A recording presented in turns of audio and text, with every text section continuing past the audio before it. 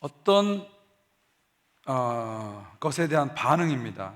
이 반응을 제가 쭉 소개해 드릴 텐데 이게 무엇에 대한, 누구에 대한 반응인지 한번 여러분이 맞춰보시면 좋겠어요.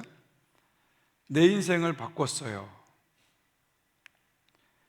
정말 밑바닥에서 아무도 위로해 주지 않았을 때 이것 하나로 버텼어요. 이게 뭘까? 이것 하나로 버텼어요. 차마 마주보기 힘들었던 제 모습을 똑바로 보게 되었고 이제는 사랑해야 되겠구나 하는 생각을 했습니다. 저를 더 나은 사람이 되게 해주었어요. 정말 고마워요. 자, 이건 뭘까요? 이건 뭘까요? 어떤 훌륭한 책일까요? 책을 읽고 느낀 감정을 지금 얘기하는 걸까요?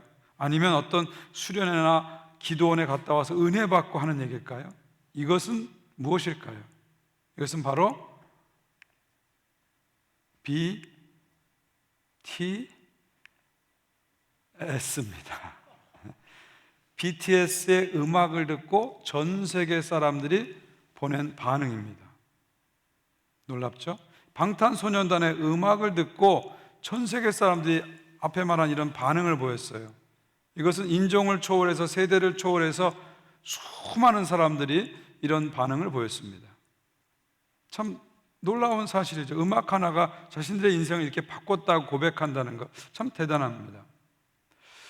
영국의 20대 여성인 리아라는 분은 이렇게 고백하더라고요. BTS는 어린 시절 나를 역경에서 구해줬다. 학창시절 사춘기 때 나는 우울증에 걸렸었고 나를 미워하고 비관했다.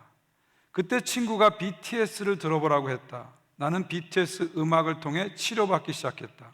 노래 가사처럼 나를 사랑하기 시작했다. BTS 없이는 오늘의 행복한 나는 존재하지 않았을 것이다. 참 대단하죠. 음악의 힘이라는 게 대단하죠. 그 음악 하나로 자신의 존재가 바뀌었고 인생이 바뀌었다, 그런 얘기를 합니다. 이런 이야기들은요, 전 세계 수많은 사람들이 이런 이야기를 합니다. 특별히 젊은이들 가운데서 BTS 음악을 통해서 내가 바뀌었다, 변화됐다, 새로운 삶을 찾았다, 이런 얘기들을 많이 합니다. 특별히 리아의 고백처럼 나 자신을 사랑하게 됐다, Love myself, 이 고백을 많이 합니다. BTS 음악을 들어보면 많은 메시지가 있는데 그 중에 중요한 메시지 중에 하나가 Love yourself, 너 자신을 사랑하라, 이거죠. 유엔총회 연설에서도 이 이야기를 BTS가 한 것을 여러분 보셨을 겁니다. 예를 들면 BTS의 Reflection이라는 노래에 이런 가사가 있습니다. 나는 이 영화가 너무 재밌어. 이렇게 하면 안 되는데, 사실 이게 랩으로 해야 되는데 제가 좀 실력이 되면 막 랩으로 할 텐데, 여러분이 제가 읽어도 50대가 읽지만 20대가 하는 것처럼 이렇게 좀 상상력을 발휘해서 들으시면 좋겠습니다. 나는 이 영화가 너무 재밌어. 매일매일 자기를 찍고 싶어. 난 날 쓰다듬어 주고 싶어. 난 나를 쓰다듬어 주고 싶어. 근데 말이야, 가끔 나는 내가 너무너무 미워. 사실 꽤나 자주 나는 내가 너무 미워. 이런 내용입니다. 무슨 얘기입니까? 내 인생이란 영화를 잘 찍고 싶은 거예요.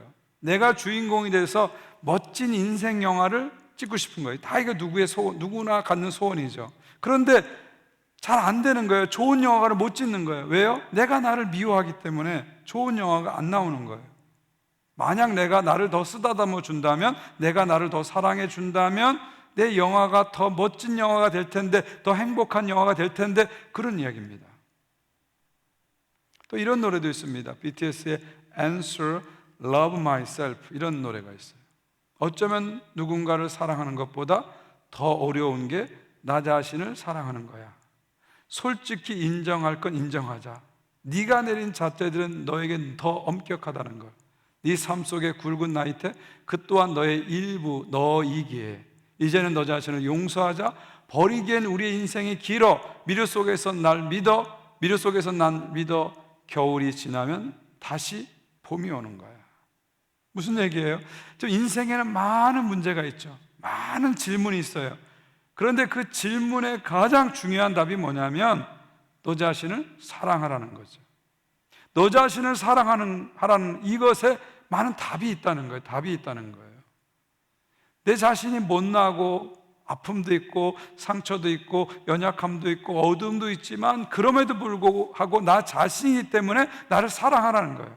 그렇게 나를 사랑하다 보면은 행복한 미래가 열린다는 거예요. 봄이 온다는 것입니다. 그러니까 우리가 뭘 하기 전에 가장 중요한 것은 내가 나 자신을 사랑하는 것이다. 그런 메시지죠. 참 놀라운 메시지죠. 많은 사람들이 용기를 얻고 희망을 얻습니다. 특별히 젊은 세대들이 많은 용기와 희망을 얻어요. 이 사회가 규정한 틀 속에서 나는 실패자야, 나는 루저야, 나는 흙수저야, 이렇게 생각하는 젊은이들이 BTS의 음악을 통해서 자신을 사랑하고 좀 더 나은 미래를 향해서 조금이라도 나갈 수 있게 된다, 그런 얘기입니다. 그런 얘기예요. 저는 이 BTS의 이 현상을 보면서 한 가지 아쉬운 게 뭐냐면, 왜 BTS는 저 음악을 통해서 저런 메시지를 주는데 오늘날의 교회와 성도들은 왜 세상을 향해서, 특별히 젊은 세대를 향해서 이런 메시지를 주지 못할까 하는 그런 고민이 있었습니다. 오히려 교회가 더 저런 사랑의 메시지를 강력하게 줘야 되는데, 더 세게 줘야 되는데, 교회는 오히려 그런 메시지보다는 정죄와 심판과 분열의 메시지를 더 많이 주는 것이 아닐까. 정말 사랑의 메시지를 우리는 얼마나 세상 사람들에게, 특별히 젊은이들에게 주고 있었는가, 그런 반성을 하게 되었습니다. 여러분 한번 생각해 보십시오. 너 자신을 사랑하라는 이 BTS 메시지가 여러분 생각에는 이게 그냥 세상적인 메시지라고 생각되세요? 기독교하고 전혀 상관없는 그런 메시지처럼 느껴지세요? 저는 그렇게 생각하지 않습니다. 너 자신을 사랑하라, 이 메시지야말로 저는 기독교의 중요한 메시지라는 생각이 들어요. 아니, 어떤 의미에서 기독교의 가장 핵심 메시지가 아닐까 하는 그런 생각이 듭니다. 우리가 신앙생활을 오래 하다 보면 기독교의 핵심 메시지가 뭔지를 자꾸 잊어버려요. 여러분, 기독교의 핵심 메시지가 뭐예요? 사랑입니다. 사랑이에요. 하나님은 누구세요? 사랑입니다. 믿음, 소망, 사랑 중에 제일 중요한 게 뭐예요? 사랑입니다. 그만큼 우리는 사랑을 강조해요. 우리야말로 세상을 향해서 더 강력한 사랑의 메시지를 줘야 하고 줄 수 있는 그런 사람들이다 하는 것을 우리가 잊지 말았으면 좋겠습니다. 여러분, 성경에 많은 구절이 있는데 성경의 많은 구절 중에서 성경 전체를 요약할 수 있는 한 구절을 뽑으라. 그럼 여러분 무슨 구절이 생각되겠어요? 요한복음 3장 16절을 생각하실 거예요. 그렇습니다. 요한복음 3장 16절은 성경의 많은 구절, 보통 성경에 한 3만 구절 이상 구절이 있다는데 그 3만 구절 이상의 구절을 한 구절로 압축하고 요약하면 바로 그것이 요한복음 3장 16절이다. 많은 성경학자들이 그렇게 말합니다. 그러니까 요한복음 3장 16절은 성경의 요약이다, 기독교의 요약이다, 복음의 요약이다, 그렇게 말씀드릴 수 있죠. 그럼 요한복음 3장 16절의 핵심 메시지가 뭡니까? 하나님이 세상을 이처럼 사랑하사 독생자를 주셨으니 이는 그를 믿는 자마다 멸망치 않고 영생을 얻게 하려 하심이라. 모든 것의 시작은 어디에 있는 거예요? 하나님이 세상을 이처럼 사랑하사, 바로 여기에 있는 거죠. 모든 것은 여기서 시작된 거예요. 기독교의 모든 시작은 바로 여기서 시작되는 거예요. 성경의 모든 시작은 바로 여기서 시작되는 겁니다. 여러분, 하나님이 왜 천지를 창조하셨을까요? 하나님이 세상을 이처럼 사랑하사, 사랑 때문에 그렇게 하신 거예요. 왜 아브라함을 선택하시고 다윗을 선택하시고 많은 선지자를 보내가지고 계시의 말씀을 주셨을까요? 그 이유는 딱 한 가지죠. 하나님이 세상을 이처럼 사랑하사, 바로 사랑 때문이죠. 지금 대강절인데요, 하나님께서 왜 예수님을 이 땅에 보내셨을까요? 하나님이 세상을 이처럼 사랑하사 독생자를 주셨으니, 바로 그 사랑 때문에 당신의 사랑하는 아들 예수 그리스도를 이 땅에 우리에게 주셨습니다. 그리고 그분을 십자가에 못 박혀 죽게 하심으로 말미암아 우리의 죄를 감당하시고 우리를 하나님의 사랑받는 자로, 하나님의 사랑받는 자녀로 삼아주신 것이죠. 그리고 그 사랑을 믿는 사람들, 그 사랑이신 하나님 보내신 예수 그리스도를 믿는 사람들, 그 사랑을 받아들이는 사람들은 뭘 얻는다고요? 영생을 얻는다는 거죠. 여러분, 기독교 영생은 그냥 오래 사는 게 아닙니다. 롱 라이프가 아니에요. 기독교가 말하는 영생이라는 것은 뉴 라이프, 새로운 삶입니다. 새로운 차원의 삶, 새로운 질의 삶이에요. 사랑이신 하나님이 충만한 상태를 말하는 거예요.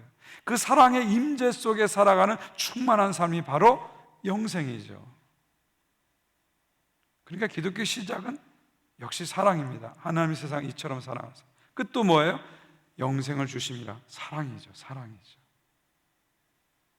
시작도 사랑이고 끝도 사랑이고 이 전체가 하나의 사랑이다, 이렇게 보시면 됩니다.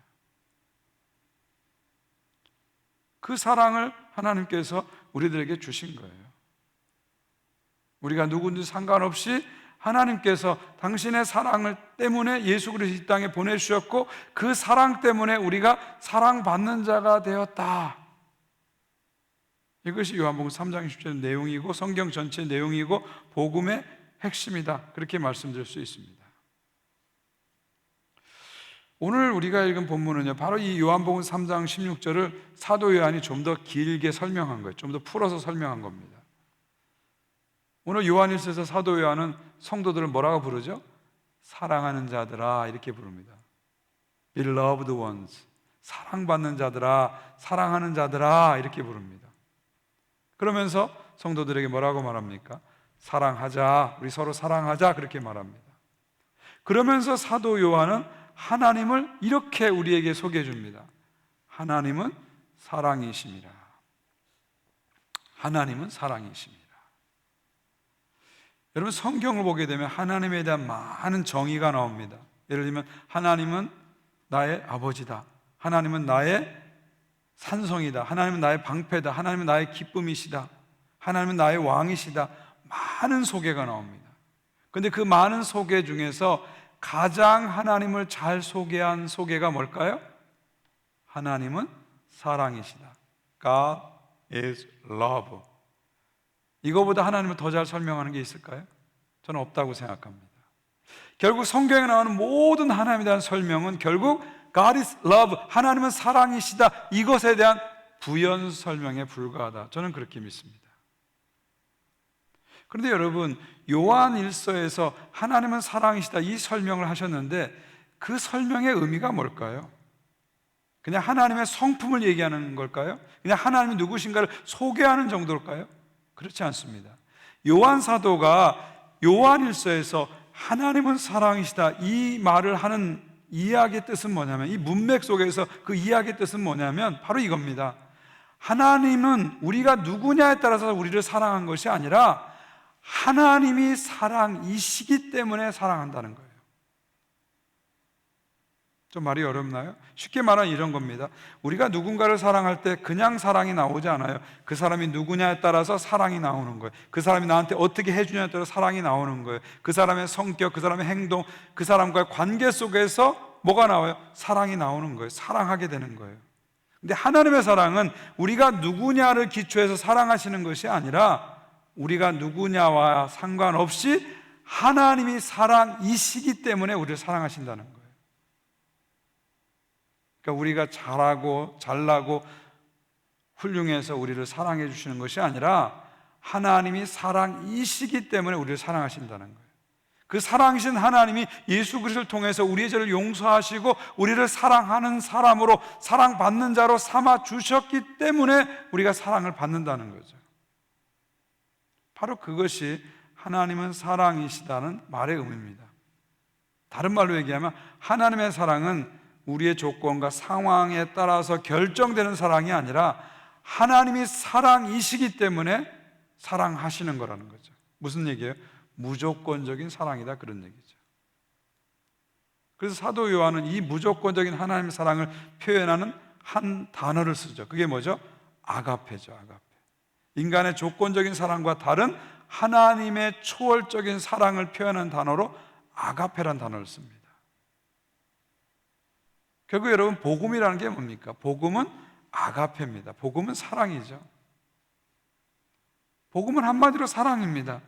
하나님이 사랑이시기 때문에 그 사랑이신 하나님이 당신의 아들을 이 땅에 보내셔서 우리를 위해 십자가에 죽게 하시고 우리의 죄를 담당케 하시며 그래서 우리를 하나님의 사랑받는 자녀로 삼아주셨다는, 우리를 완전히 품어주셨고 완전히 사랑하셨다는 그 소식, 그 좋은 소식, 그 굿뉴스가 바로 복음입니다. 이게 복음의 핵심이에요. 당신이 누구든 간에 하나님은 상관하지 않고 예수님 때문에 당신을 완전히 사랑하고 끝까지 사랑하고 영원히 사랑하신다는, 무한히 사랑하신다는 이 소식, 이게 바로 복음입니다. 결국 복음이 사랑이죠. 여러분, 이 복음의 소식이 BTS의 메시지와 다릅니까? 저는 다르다고 생각하지 않아요. 오히려 BTS의 메시지보다 더 강력하고 더 완전하고 더 영원하다고 생각합니다. 그렇다면 우리는 세상을 향해서 이 강력하고 더 영원하고 완전한 이 사랑의 메시지를 더 적극적으로 전해야 됩니다. 더 적극적으로 선포해야 됩니다. 자꾸 기독교가 세상을 향해서 정죄하는 메시지, 심판하는 메시지, 미움의 메시지, 분열의 메시지를 자꾸 선포해서는 안 돼요. 오늘날 기독교가 자꾸 그렇게 비춰지는 모습을 보면서 저는 너무너무 마음이 아픕니다. 그게 전부가 아닌데, 가장 큰 핵심은 하나님이 세상을 이처럼 사랑하사 독생자를 주신 이 놀라운 십자가의 사랑이 기독교의 가장 중요한 핵심인데, 왜 이 메시지를 우리는 더 많이 전하지 못했을까? 그런 생각이 듭니다. 내 사랑하는 사람들에게, 내 자녀들에게, 내 주변에 있는 사람들에게 하나님이 너를 사랑하셔, 네가 누구든지 상관없이 너를 사랑하셔, 너의 아픔도, 너의 상처도, 너의 연약함도 하나님은 다 사랑하셔. 그래서 예수님이 이 땅에 보내신 거야. 이 사랑을 믿어라, 이 사랑 안에 들어와라. 왜 이렇게 우리가 이야기하지 못했을까요? 만약 그렇게 우리가 이야기하기 시작했다면 사람들이 이 사랑의 복음을 마냥 거부하지만 않았을 것이다, 그런 생각이 듭니다. 그 중국의 현대 철학자 중에 이머당 박사가 있습니다. 아주 유명한 아시아의 철학자 이머당 박사님. 이분은 인생의 대부분을 반기독교적인 사상을 갖고 사셨어요. 그러다가 인생의 후반에 와서 기독교로 이렇게 귀의를 하셨습니다. 기독교로 개종을 하셨어요. 그 사람들이 이모당 박사님에게 물었어요. 당신은 왜 일찍 기독교로 들어오지 못했는가? 왜 기독교로 오지 못했는가? 그렇게 물었어요. 그때 이모당 박사님이 이렇게 대답을 했다고 합니다. 내가 가본 교회들에서는 항상 분노한 목사가 분노한 목소리로 분노한 하나님에 대해서 설교했기 때문이다. 참 많은 것을 생각하게 하는 이야기입니다. 정말 우리가 더 강력하고 더 완전한 이 사랑의 메시지를 더 많이 전했다면 아마 이모당 박사님 같은 이런 분들이 더 빨리, 더 많이 하나님께로 오지 않았을까 하는 생각을 해봅니다. 복음은 사랑이죠. 성경은 사랑입니다. 하나님은 사랑입니다. 사랑을 빼놓고 어떻게 기독교를 얘기해요? 사랑을 빼놓고 어떻게 복음을 얘기할 수 있겠습니까? 사랑을 빼놓고 어떻게 성경을 얘기할 수 있습니까? 우리 이 사랑의 메시지를 잘 생각하고 그 사랑의 메시지를 어떻게 나눌까 우리는 늘 생각해 봐야 됩니다.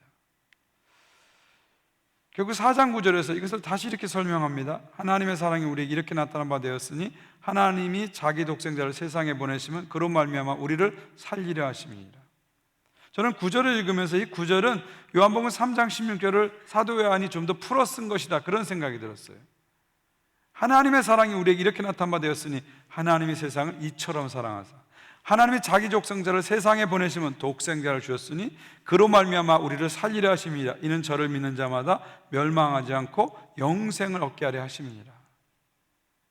그러니까 하나님이 사랑이신데 그 사랑이신 하나님이 당신의 사랑을 나타나는 가장 최고의 표현으로 당신의 독생자 예수 그리스도를 이 땅에 보내셨고 그분이 십자가에 죽으신 말미암아 우리에 향한 그분의 사랑을 확실하게 보여주셨다, 그런 얘기죠. 이게 바로 성경의 핵심이고 복음이라는 것입니다. 그 다음 10절에서는 그것을 더 구체적으로 설명하죠. 사랑은 여기 있으니 우리가 하나님을 사랑한 것이 아니요 하나님이 우리를 사랑하사 우리 죄를 속하기 위하여 화목제물로 그 아들을 보내셨습니다. 이게 무슨 얘기냐면요, 이 하나님의 사랑이라는 것이 우리들 가운데 구체적으로 나타났다는 거예요. 추상적으로 나타난 것이 아니라 구체적으로 나타났다는 거예요. 그게 뭐예요? 예수께서 이 땅에 오셔서 하나님의 아들이신 예수께서 우리를 위해서 십자가에서 죽으심으로 말미암아서 하나님의 사랑이 하나의 사건으로, 행동으로 우리에게 구체로 나타났다는 거예요. 하나님의 사랑은 어떤 철학이나 이념이나 관념이 아니라 사건이고 행동이라는 것을 보여주는 거죠. 우리가 하나님을 사랑한 것이 아니요 하나님이 우리를 사랑했다. 이게 무슨 말이에요? 여러분이 하나님을 사랑했기 때문에 하나님이 여러분을 사랑한 것이 아니라 하나님이 여러분을 먼저 사랑했다, 그런 얘기입니다. 그래서 하나님의 사랑은 우리가 무조건적인 사랑이다, 그렇게 말하는 겁니다.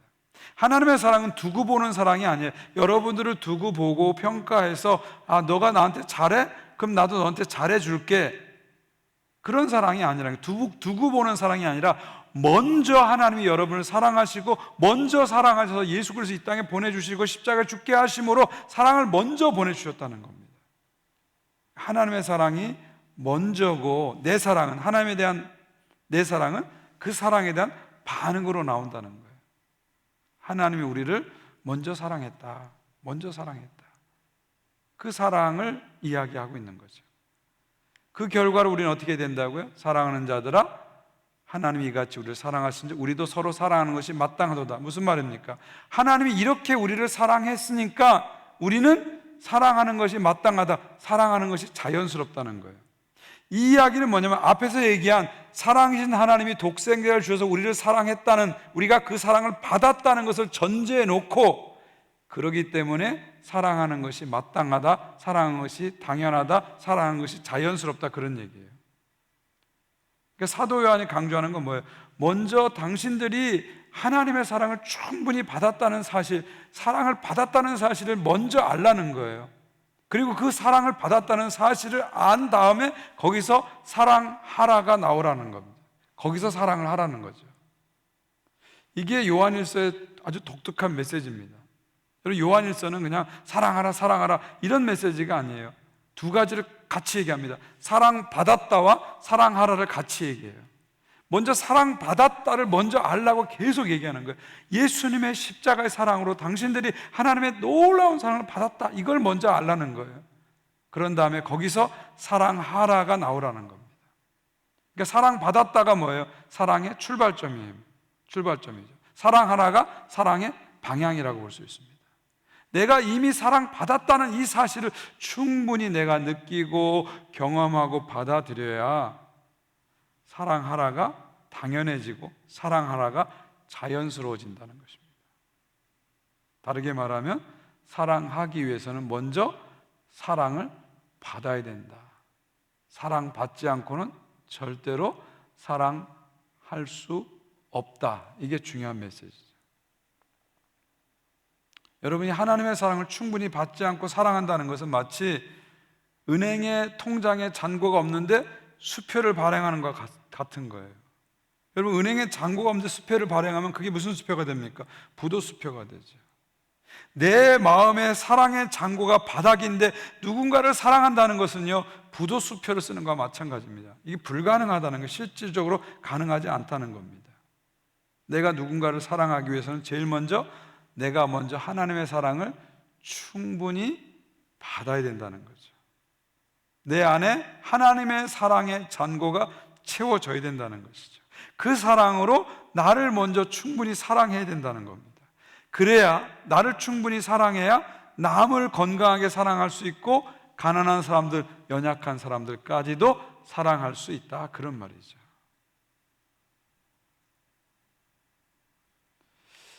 이것을 마더 테레사, 현대 사랑의 사도라고 하는 마더 테레사는 이렇게 표현했습니다. 내가 너희를 사랑한 것 같이 너희도 사랑하라는 분명한 주님의 말씀처럼 우리가 먼저 하나님으로부터 사랑을 받아야 남을, 이웃을, 가난한 사람을 사랑할 수 있습니다. 우리가 하나님의 사랑을 경험한 만큼, 바로 그만큼 우리는 남을 사랑할 수 있습니다. 어찌 보면 당연한 얘기지만 우리가 자꾸 잊어버리는 거죠. 남을 사랑해야지, 가난한 자를 사랑해야지, 연약한 자를 사랑해야지. 그 당위성보다 더 중요한 건 뭐예요? 내가 하나님의 사랑을 받아야 된다는 거예요. 그리고 이미 예수 그리스도를 통해서 하나님의 사랑을 내가 충분히 받고 있다는 이 사실을 자꾸 기억하라는 거예요. 기억하라는 거예요. 여러분은 이미 하나님의 사랑을 충분히 받고 계셔요. 근데 왜 우리가 하나님의 사랑이 자꾸 흔들릴까요? 왜 자꾸 의심될까요? 그 이유는 우리가 하나님의 사랑을 우리의 상황을 갖고 자꾸 평가하려고 그러기 때문에 그래요. 그래서 내 상황이 잘 돌아가고 내 가정에 문제가 없고 모든 게 잘 풀리면 와, 나 하나님의 사랑을 받고 있어, 그렇게 생각해요. 근데 내 삶에 문제가 생기고 여러 가지 어려움이 오면 혹시 내가 하나님의 사랑을 받지 않는 거 아니야? 하나님부터 버림받은 거 아니야? 하고 생각합니다. 결국 우리는 하나님의 사랑을 내 상황을 통해서 측정하려는 그런 성향들이 있습니다. 근데 여러분, 하나님의 사랑은 여러분의 상황으로 측정되는 게 아니고요, 하나님의 사랑은 오직 바로 저 십자가를 통해서 측정되는 것입니다. 하나님이 우리를 지극히 사랑하셔서 독생자를 주시고 그 독생자의 하나님 아들께서 우리를 위해서 십자가에 죽으심으로 말미암아 하나님께서 우리에 대한 자기 사랑을 이미 확증해 주셨어요. 하나님의 사랑은 여러분의 상황이 아닙니다. 십자가로 이미 확증된 겁니다. 사랑이 의심될 때 우리는 십자가를 바라봐야 돼요. 어떤 분들은 자기의 상태를 가지고 하나님의 사랑을 자꾸 측정하려는 그런 경향이 있습니다. 그래서 내가 기분이 좋고 내 마음이 평안하고 내 심정이 괜찮고 내 존재가 괜찮으면 나 사랑받고 있어, 이렇게 나갑니다. 근데 내가 좀 우울하고 또 좌절하고 내 마음에 부정적이고 낙심하고 이런 상황이 생기면 갑자기 난 사랑받지 못해, 나는 사랑받지 못하는 사람이야 하고 자신을 그렇게 평가합니다. 결국 자기 존재가 하나님의 사랑을 받고 있느냐 안 받느냐를 결정하는 측정 수단이 되는 거죠. 다시 한번 말씀드립니다. 하나님의 사랑은 어디서 결정됐냐면요, 여러분의 존재나 여러분의 상황에서 결정되는 것이 아니라 십자가에서 이미 결정된 거예요. 그리고 십자가를 통해서 하나님은 우리에 대한 자기 사랑을 이미 확증하신 겁니다. 할렐루야. 그럼 변동되지 않아요. 여러분의 상황에 따라 왔다 갔다 하지 않아요. 여러분의 어떤 존재에 따라 왔다 갔다 하지 않아요. 여러분이 누구시든 간에, 여러분이 어떤 상황에 있든 간에 하나님은 예수 그리스도를 통해서 이미 여러분을 사랑하셨고 완전히 사랑하시고 계셔요. 할렐루야. 사도 요한은 우리가 이거를 충분히 알라는 겁니다. 이걸 충분히 누리라는 거예요. 그래야 사랑을 받아야 나를 사랑할 수 있고 남을 사랑할 수 있고 연약한 사람도 사랑할 수 있다, 그런 얘기죠. 저는 오랫동안 이 관계 문제에 대해서 참 고민이 많았습니다.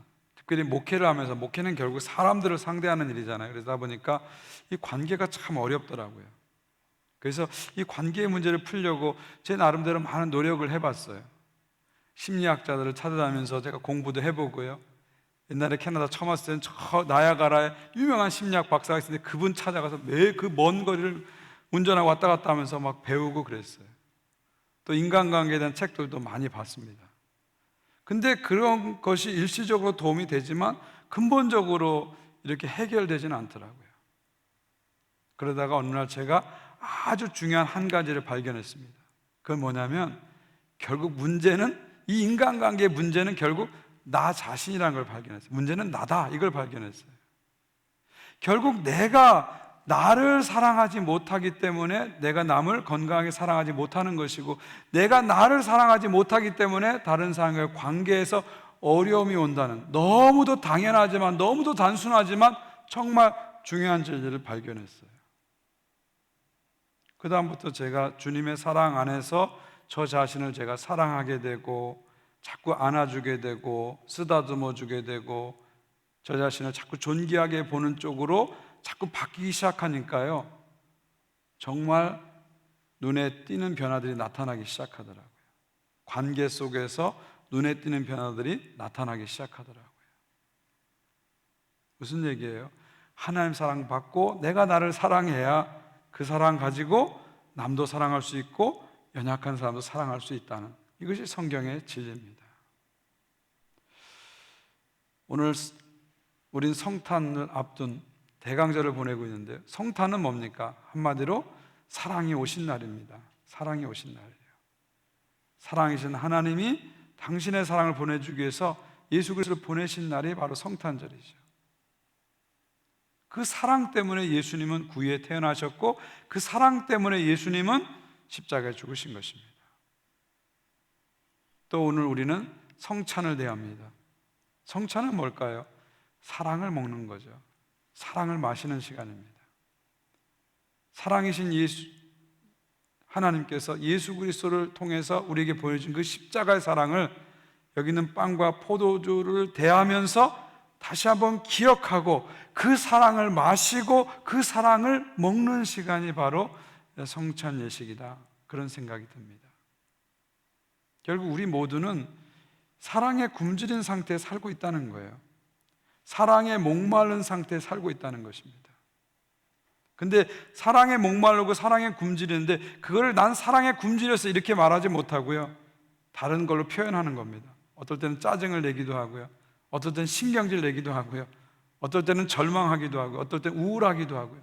근데 그 밑바닥을 보면 결국 뭐예요?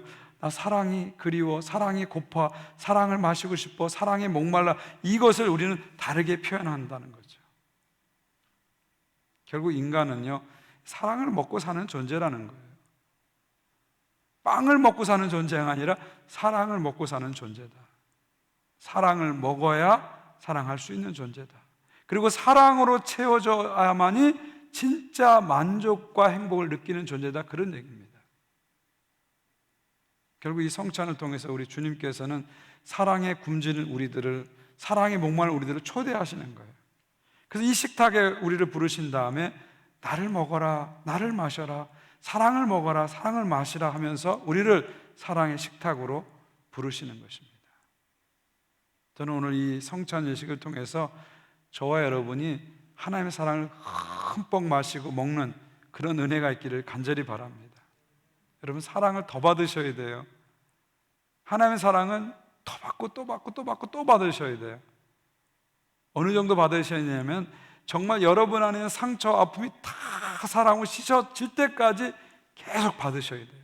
머리부터 발끝까지 사랑으로 자꾸 부으셔야 됩니다. 하나님의 사랑을 못 받아서가 문제죠. 너무 많이 받아서 문제되는 경우는 없습니다.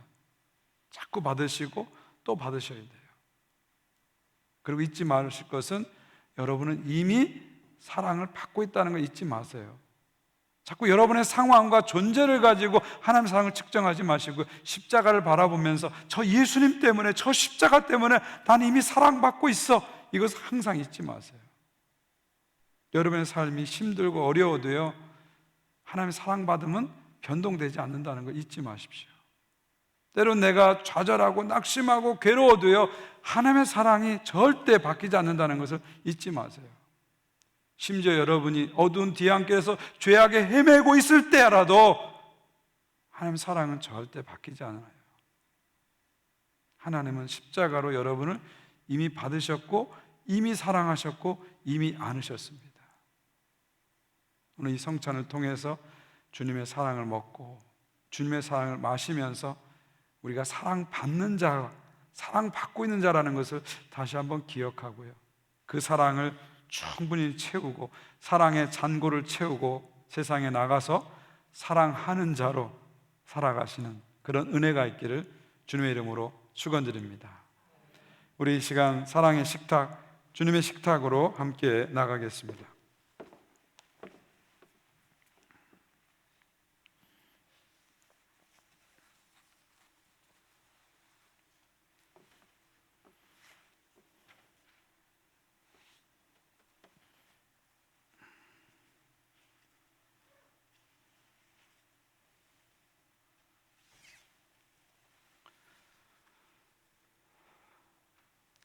사랑하는 교회 여러분, 우리 예수님께서는 우리 위해서 십자가에 죽으셨습니다. 그리고 우리들에게 나를 먹으라고 나를 마시라고 말씀하셨습니다. 오늘도 사랑에 굶주린 우리들, 사랑에 목마른 우리들을 이 사랑의 식탁으로 초대하십니다. 그래서 이 빵을 통해서 사랑을 먹여주실 것입니다. 그리고 여기 있는 포도주를 통해서 사랑을 먹여주실 것입니다. 우리 시간 성찬의 자리에 나가기 전에 회개 기도를 같이 드렸으면 좋겠습니다.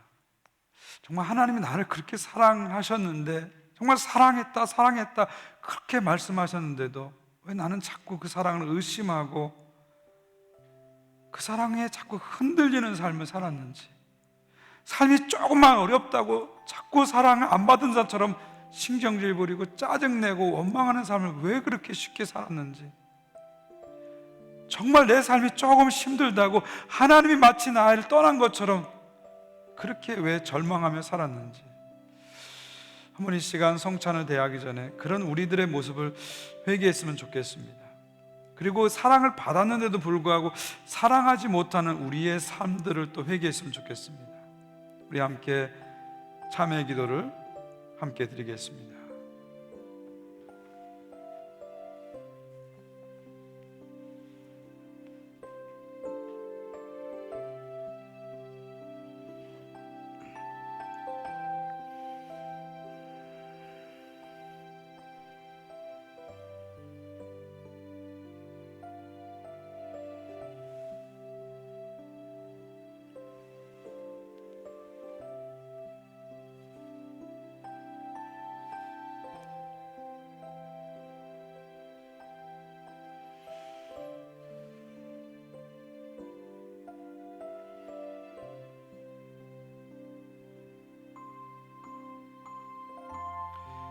사랑의 하나님, 감사합니다. 나 같은 죄인을 위해서 독생자를 보내주시고 우리를 끝까지 영원토록 사랑해 주신 것을 감사합니다. 정말 내가 뭐라고 하나님이 나를 위해서 당신의 아들을 보내시고 희생하셨을까? 아무리 생각해도 이해되지 않는 사랑의 신비입니다.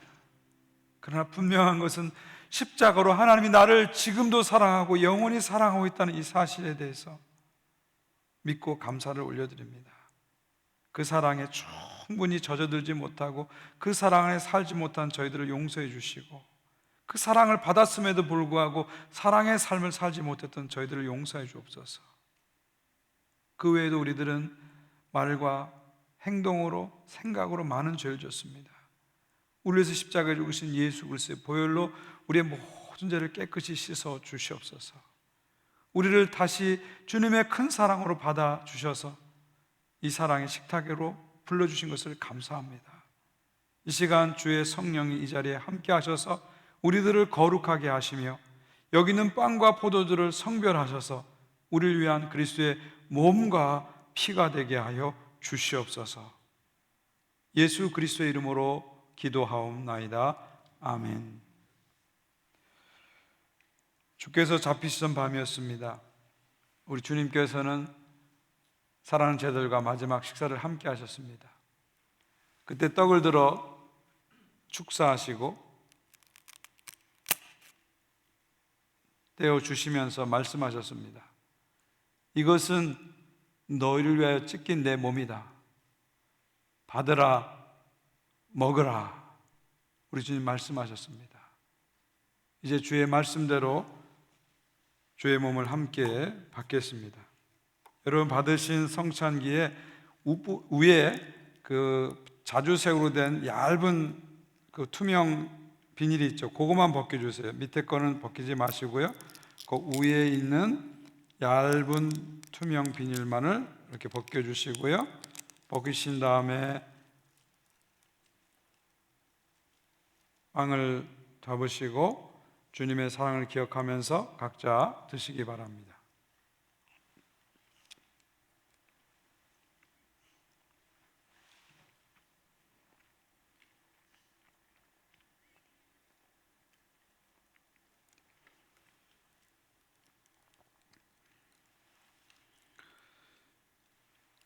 식구에 우리 주님께서는 잔을 들어 축사하시고 사랑하는 제자들에게 주시면서 말씀하셨습니다. 이 잔은 너희를 위하여 흘린 내 피다.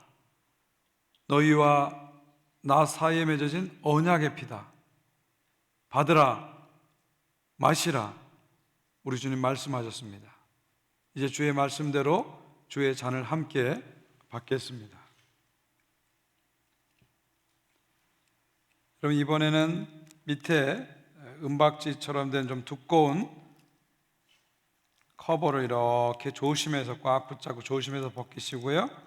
다 벗기신 분들은 주님의 사랑을 기억하시면서 잔을 드시기 바랍니다.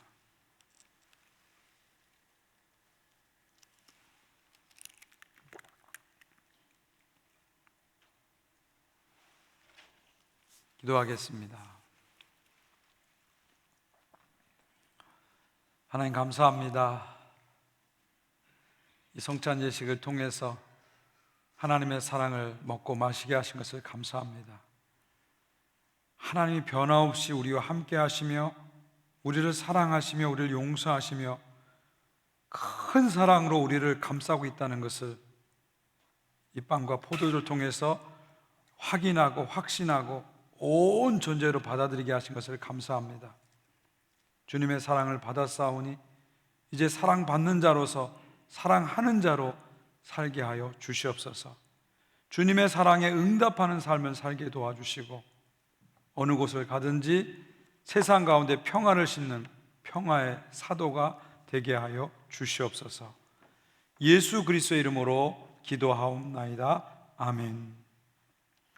우리 시간 가까이 계신 분들 또 가정에서도요, 그리스도의 평화를 빕니다 그렇게 인사했으면 좋겠습니다. 그리스도의 평화를 빕니다. 그리스도의 평화를 빕니다. 예. 그리고 한 가지만 더 인사했으면 좋을 것 같아요. 하나님은 당신을 사랑하십니다. 그리고 나도 당신을 사랑합니다. 이렇게 한번 시작해서 하나님은 당신을 사랑하십니다. 그리고 저도 당신을 사랑합니다. 감사합니다. 우리 다 같이 일어나셔서 십자가의 사랑, 놀라운 사랑 함께 찬양하겠습니다.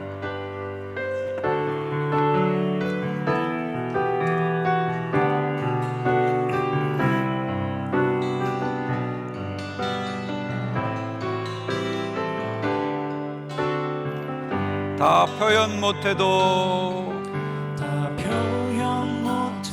나 표현하리라. 다 고백 못해도 나 고백하리라. 다 알 수 없어도 날아가리라. 다 닮지 못해도 나 닮아가리라. 표현 못해도 나 표현하리라. 아 고백 못해도 나 고백하리라. 다 알 수 없어도 날아가리라. 다 닮지 못해도 나 닮아가리라.